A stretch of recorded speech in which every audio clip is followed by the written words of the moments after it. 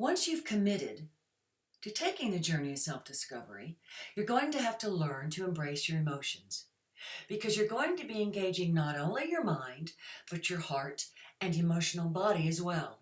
You cannot think your way back to wholeness.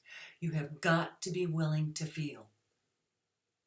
To experience self-love, you're going to have to open yourself up to your emotions, and that means feeling not only those light, positive emotions, but also those dark, negative emotions. Self-love is about connecting to the love that resides within, and in order to do that, you're going to have to get yourself comfortable with working with your emotions. After all, love is an emotion. Now, I find it interesting. Well, a lot of people these days are declaring their desire to be their authentic self or live their best version or take their power back, or my personal favorite, speak their truth.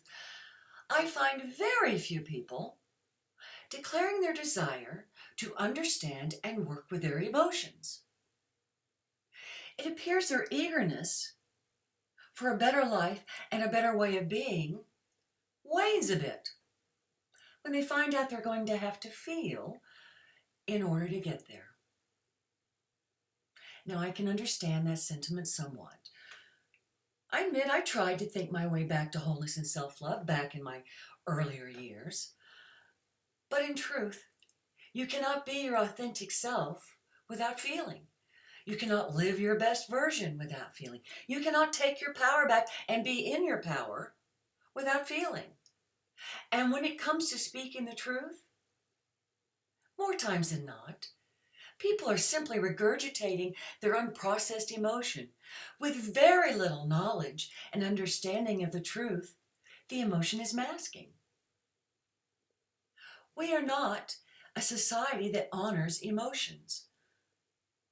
How many times have you heard, just get over it, when you're struggling with an uncomfortable or negative emotion?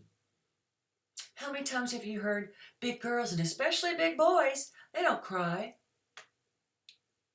And how many times has someone tried to shut you up by saying, now you're just getting emotional? Women hear that one a lot. I think it's safe to say that most of us have never been taught how to work with this amazing navigational system. And I say navigational system because once you've brought your emotional body back into balance, your emotions become the early warning system they were meant to be, alerting you when something is right inside of you or in your outer world, and alerting you when something is wrong inside of you or your outer world. Your emotions are the first to let you know when something is loving and supportive and in your best interest, and it is the first to let you know when something is not loving or supportive or in your best interest.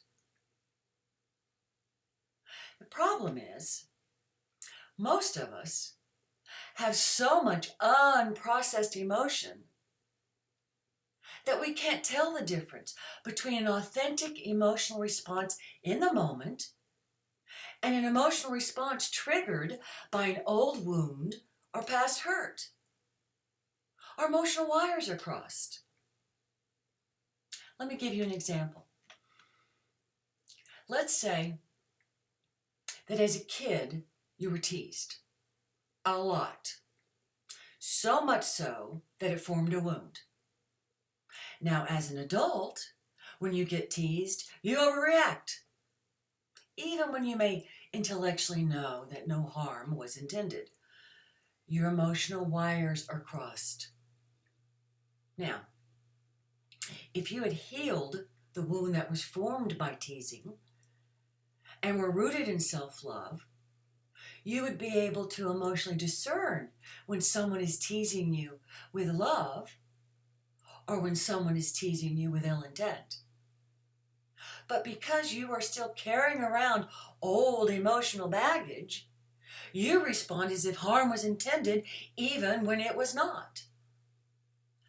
That's what happens when you are lugging around unprocessed emotion, causing your emotional body to be out of balance.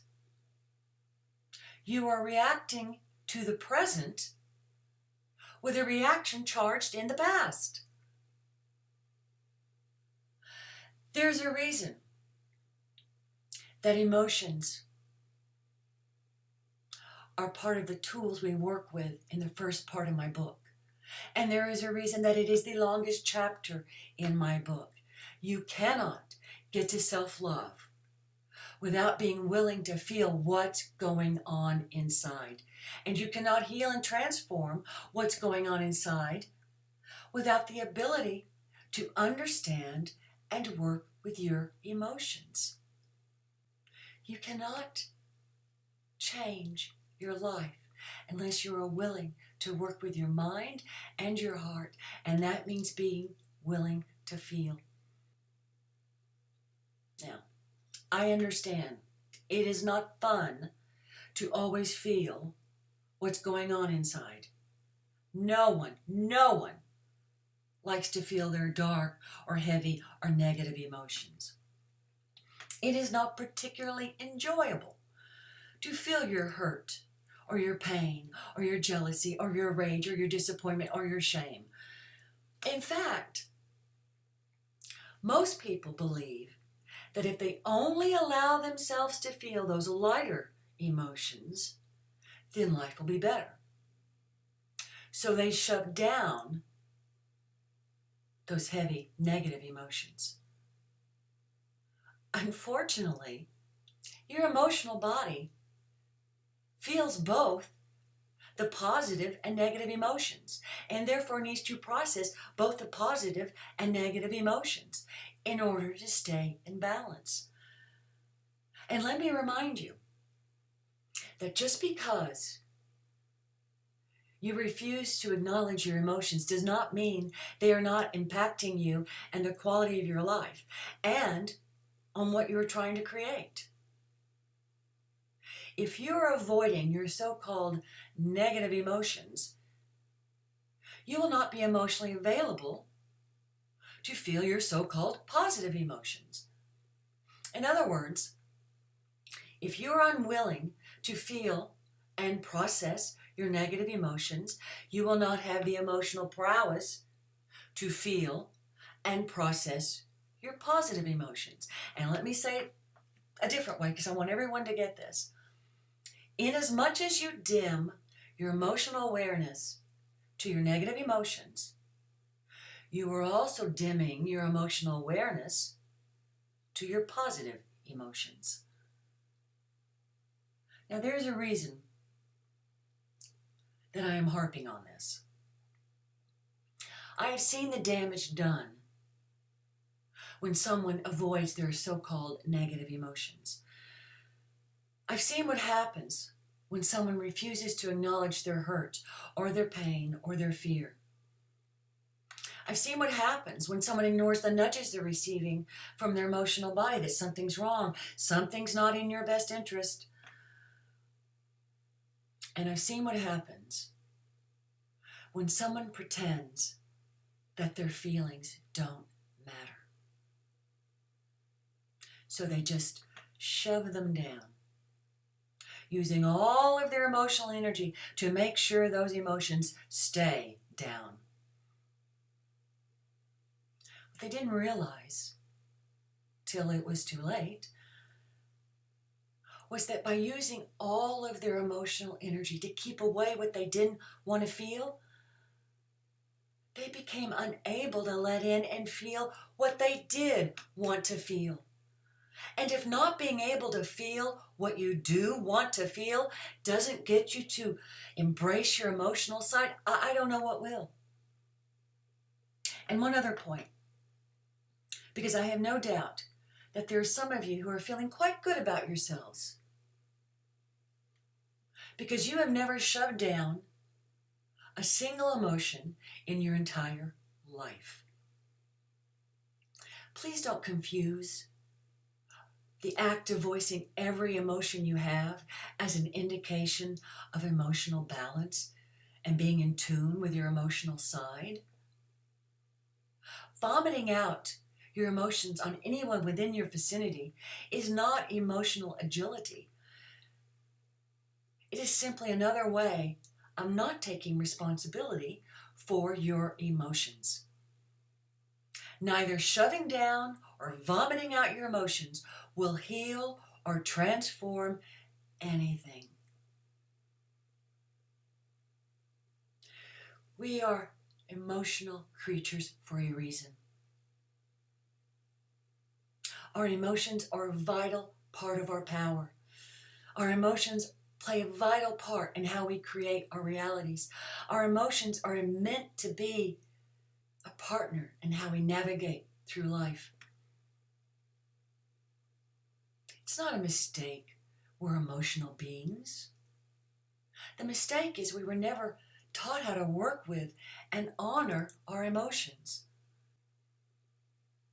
Do you honor your emotions? All of your emotions? And if not, why not? What emotions scare you? Are you someone who shuts down your emotions? Or you vomit them out? Isn't it time you got to know this side of yourself? You may discover that underneath all the unprocessed emotion is a wellspring of love, just waiting to be experienced. But you're going to have to feel in order to find it. You've got to be willing to feel. Embrace your emotions and make them your allies. Until next time, be the light the world needs and stay in love for all.